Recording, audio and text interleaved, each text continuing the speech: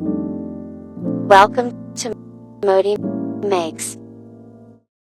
What's good, everybody? My name is Modi. This is ModiMakes, and today I'm gonna take you on a peaceful little journey and give you a beautiful snapshot of a serene world. Where are my sculpting tools? Why didn't I look for these before I started filming? Okay. Aha! I'm also going to be doing some sculpting in this video. Well, sort of. It's actually going to be more like a relief than a traditional sculpture, but I'm not sure where that sits on the yes sculpture, no sculpture side of thing in people's minds. Regardless, it will be 3D-ified. And we'll be accomplishing this with my good friend from the last video, the filler of all things and the weaver of dreams. And all his buddies I got in the same box. For the initial background layer of this project, I wanted to make a much smoother and butterier product than the raw filler I used in my last video. So I'll be adding Mod Podge to the mix, roughly however much I feel, because I just sort of poured what is probably way too much into my Greek yogurt mixing tub. Then I'll tentatively add a very reserved amount of white acrylic paint to compensate. With my mixture probably not ruined, I can start applying it to my canvas with the help of a palette knife.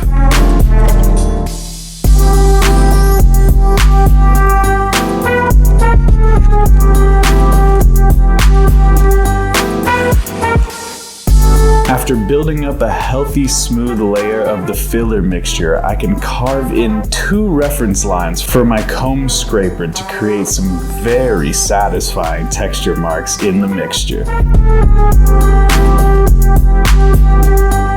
Then I can make a perfect circle with a spray paint cap and drag it down to the bottom of the canvas to create a smoothed arch.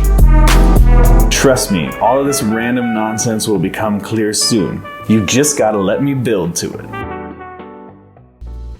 This is just the first layer of work I gotta do to this background, and there are a couple more key steps to success here. But man, that mixture with the Mod Podge added was so nice to work with. It was so smooth, and I kept thinking of melted marshmallow the whole time. I mean, I see why people eat glue. It's just so tempting. It looks so tasty. Nah, not really. I don't even like marshmallow that much, to be honest, but it was really fun to play with. Anyways,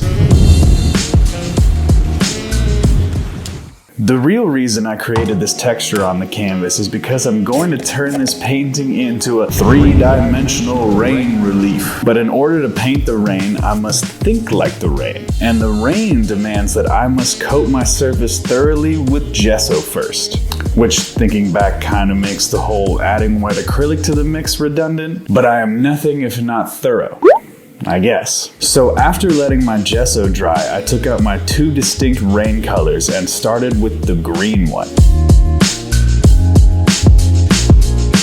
I wanted to create a flat, opaque layer of each of these colors over the ridged surface, cutting the line between them at the edge of the lower cloud, creating some flat depth, which might be a complete oxymoron, but I still think it's the best way to describe the look I'm after.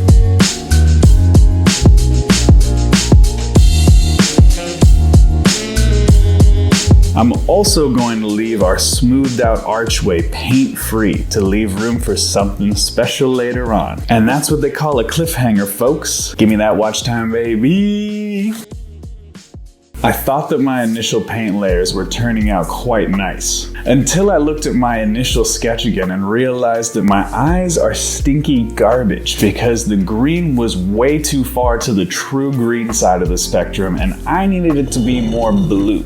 But wait, I have blue paint. Now y'all know I'm not usually one to mix my own colors on this program. It's annoying. But I thought if I added a couple drops of this blue to this green, it might just be perfect. And I'm lazy, but I'm not too lazy for this. Plus, I was having a hard time getting a flat layer of this green down anyways, and the blue went down far more opaque. So I thought that mixing these paints might just fix both problems at once, which my lazy lizard brain really likes the sound of.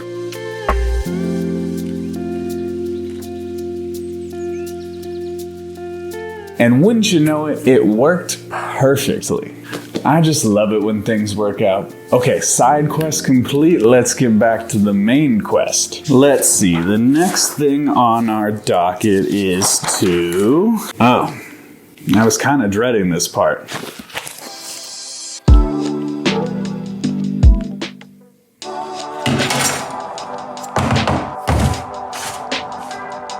We're back to making our filler mixture, and you're probably wondering why I'm showing you this process again. It's because, like I foreshadowed before, I put entirely too much Mod Podge into the first batch, and while it worked out for that layer and was oh so buttery, it will not help me build up the clouds because it'll spread out too much. So I very carefully whipped up another concoction using like potentially a quarter or less of the amount of Mod Podge to help keep those stiff peaks.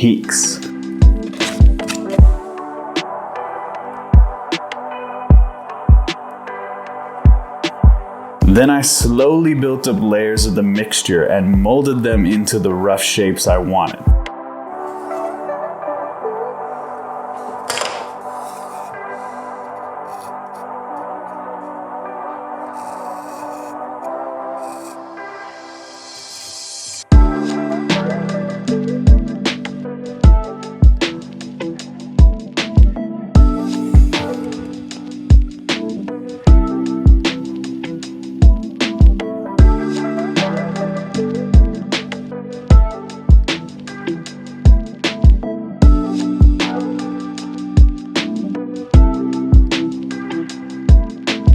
After I had some real cream cheese looking poof balls set and dry, I started sanding them down to see if I could bring out some of that softer fluffiness I wanted in my clouds.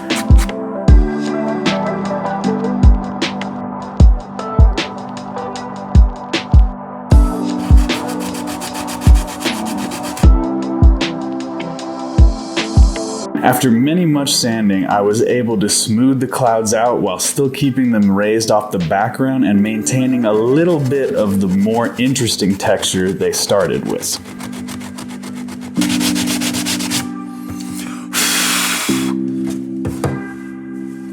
So now we're finally finished with the background. Well, actually just mostly, there's still a little bit more to do. I told you that this one was a complicated multi-step process, but now it should be smooth sailing because we're getting into my home turf. No more need to worry about brushes, or sculpting tools, or filler mixtures.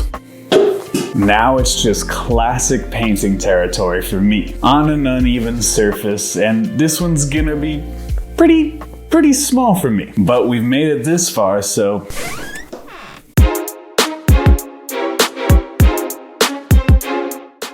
In the spirit of make it good, I'll start off that endeavor by making these rain waterfalls look a little bit less like Play-Doh. The name of the game is variation, and in life, variation comes from light and shadows. So I'll use a series of stippling shadows and highlights to create shadows underneath the clouds and highlights where the water droplets are reflecting the light.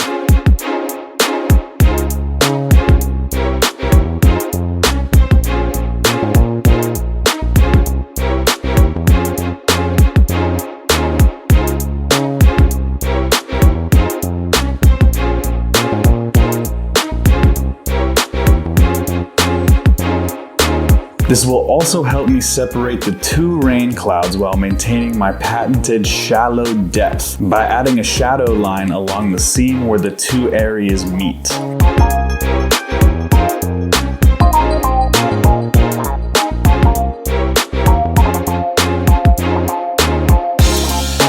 Okay, with that simple bit of shading complete, I am finally actually finished with the background now, I promise. So now I can get to working on my subject after all this time. I'll set up my projector to get my character nestled perfectly into the open space I left for him. It's almost like I actually do some planning ahead when I work on these things. Then I'll start pencil sketching in the outlines. This was a bit easier said than done, being that he's such a little guy. But we managed to get something I would call workable.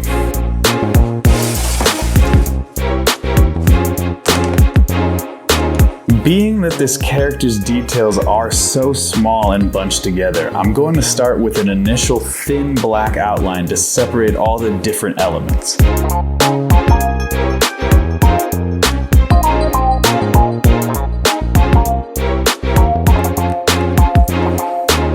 Then I'll give him an elongated stippling shadow for dramatic effect. With all the pleasantries out of the way and my base elements in place, I can finally grab the rest of my Posca pens to get into the nitty-gritty character work that everyone's here for.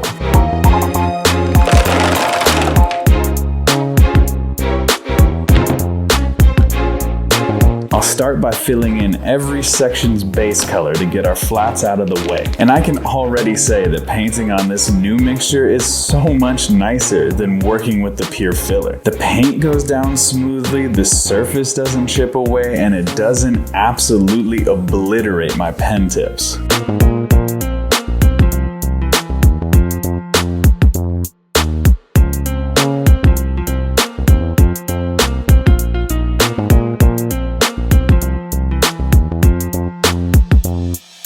After finishing up the base colors, I can fill in all the pure black areas to start building up contrast. Then it's time to bring the design to life with the stippling, shadows, and highlights. I want this character to stay bright and colorful as he chats with his bird friends safe from the rain under their umbrella canopy, like sun reflecting off of water droplets just after it's rained. Because rain is often used to make things seem gloomy or sad, but I wanted to flip that notion and make this image bright and happy. After cleaning the image up with a second pass of black line work, I can unify everything with a final layer of black stippling shading, softening up some of the harsh lines and solidifying the three-dimensional form of the character.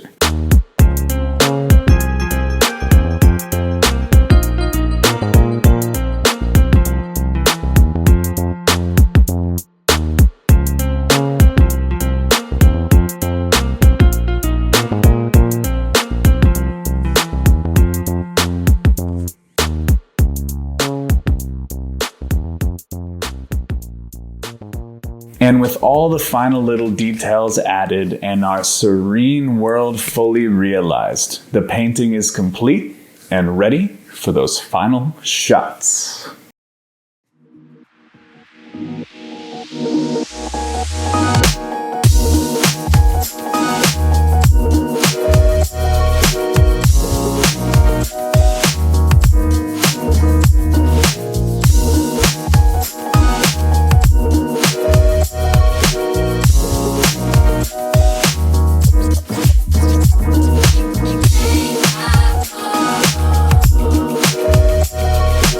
Well, there you have it, my peoples. My painting, The Rain, is complete. Let me know what you guys think of this piece down in the comments below, and let me know if you have any questions about this video or any other video I've made. I'll be happy to read through them all and respond to them personally, as I always do. And you know, if you like the video, go ahead and give me a like. That would be fantastic. And if you like me, you like the channel, and you want to help support me, the number one thing that you can do is to subscribe. I really couldn't thank you enough if you did. It means the world to me. And with all that out of the way, and without further ado, I'll catch you guys in the next one.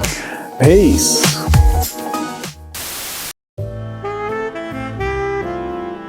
Thanks for watching.